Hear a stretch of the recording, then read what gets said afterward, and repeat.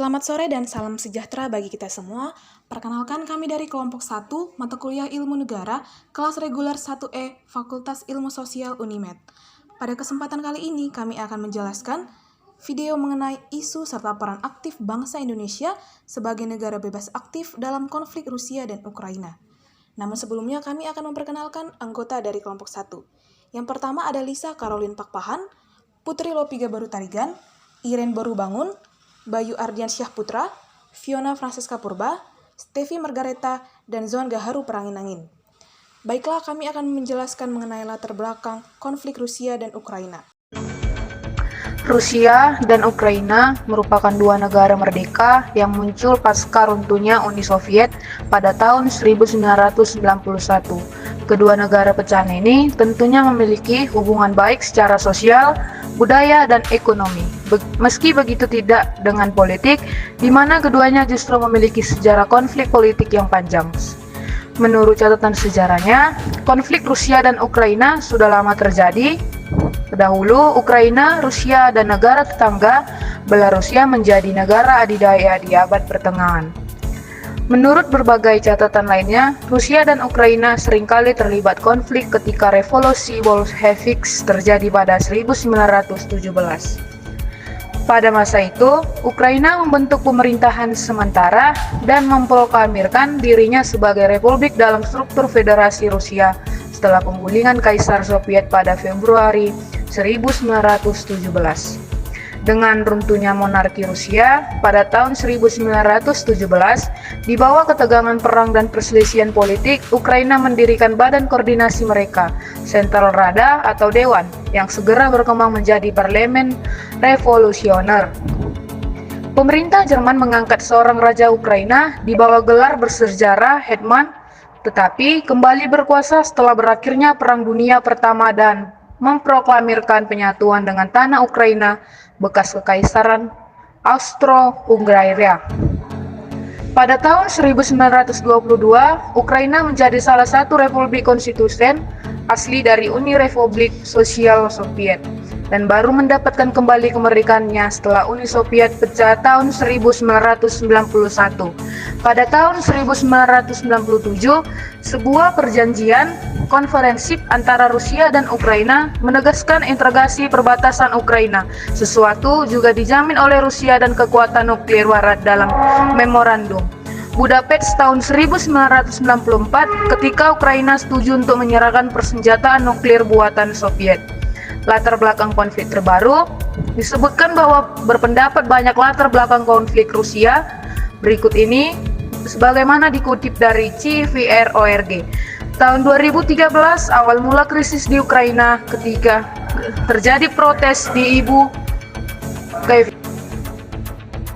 Krisis ini membuat perpecahan etnis, terjadi gerakan separatis yang mendukung Rusia di wilayah Donetsk dan Luhansk di Ukraina Timur. Gerakan separatis ini melakukan deklarasi kemerdekaan dari Ukraina. Pada tahun 2015, negara Ukraina mengalami krisis internasional. Tahun 2015, negara Ukraina mengalami krisis internasional bulan Juli 2014.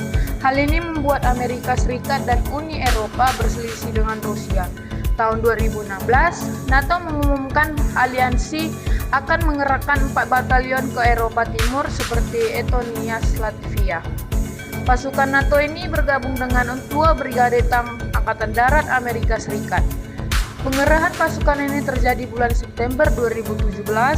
Sejak konflik di tahun 2014, warga Ukraina mendapatkan serangan siber. Tahun 2018, Ukraina menyetujui untuk bergabung dengan NATO untuk latihan udara skala besar bulan Oktober 2018. Pelatihan tersebut dilakukan di wilayah Ukraina Barat. Latihan tersebut dilakukan 1 bulan setelah Rusia mengadakan latihan militer tahunan. Di sini kita akan melihat apa saja sih peran Indonesia dalam konflik Rusia dan Ukraina. Indonesia sebagai negara yang menganut dan menjunjung tinggi prinsip bebas aktif dalam hubungan luar negeri, menegaskan konsistensinya dengan prinsip tersebut dalam krisis Rusia-Ukraina. Lalu, bagaimana prinsip bebas aktif yang dimaksud? Nah, prinsip bebas aktif yang dimaksud di sini bukan berarti netral aktif, namun juga memberikan kontribusi, baik dalam bentuk pemikiran maupun bantuan untuk penyelesaian konflik.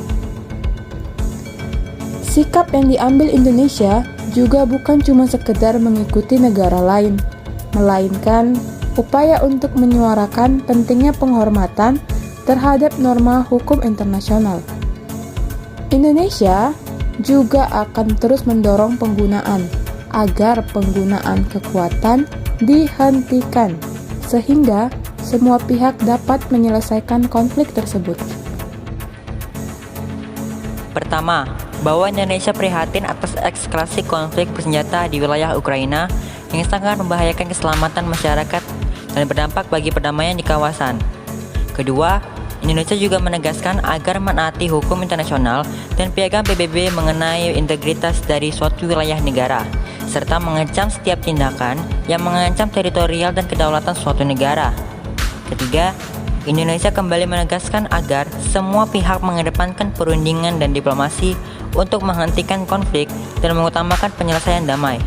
Dan terakhir, Kedutaan Besar Republik Indonesia telah mengambil langkah untuk menyelamatkan WNI di Ukraina sesuai rencana yang telah disiapkan.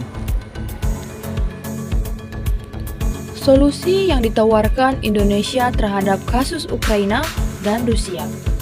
Indonesia sendiri sebagai negara yang berdasarkan hukum tak kalah memiliki peran dalam menciptakan perdamaian dunia. Keikutsertaan Indonesia untuk menciptakan perdamaian dunia ini mengacu pada amanat pembukaan Undang-Undang Dasar Negara Republik Indonesia tahun 1945 pada alinea keempat, yaitu dalam rangka mewujudkan perdamaian dunia yang berdasarkan kemerdekaan, perdamaian abadi, dan keadilan sosial.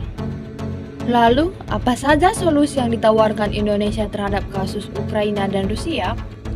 Yaitu melalui Asisten Deputi Kerjasama Ekonomi Multilateral Kemenko Perekonomian Ferry Ardianto. Diutarakan bahwa Indonesia menawarkan bantuan solusi jangka pendek dan jangka panjang terkait peran di Ukraina.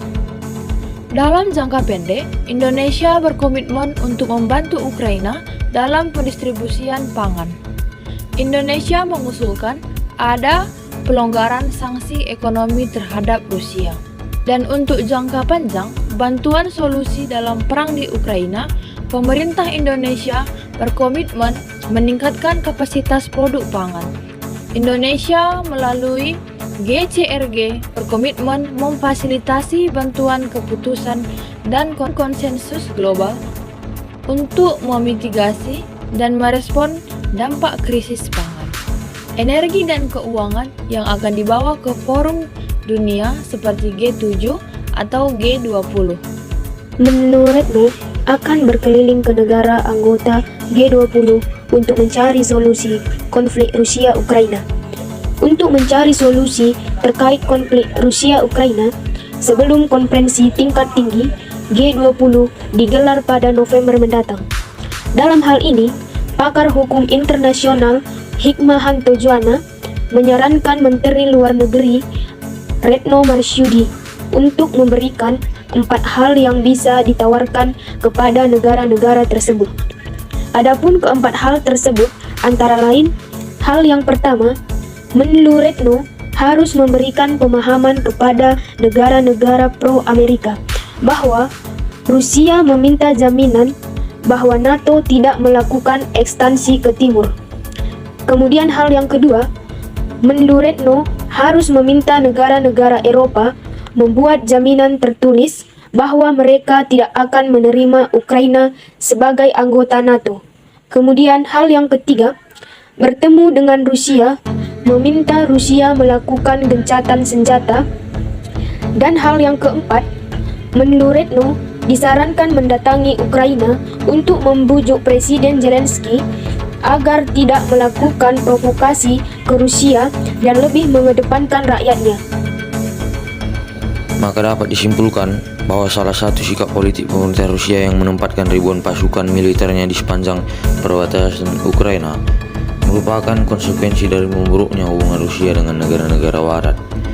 Keamanan negara Federasi Rusia yang merasa terancam dengan adanya intervensi Uni Eropa dan Amerika Serikat yang tergabung dalam organisasi NATO. Sebagai upaya diplomasi, pemerintah Rusia telah mengirimkan surat tuntutan kepada NATO. Salah satu poin pentingnya yang ingin disampaikan adalah menolak ide bergabungnya Ukraina ke dalam organisasi tersebut.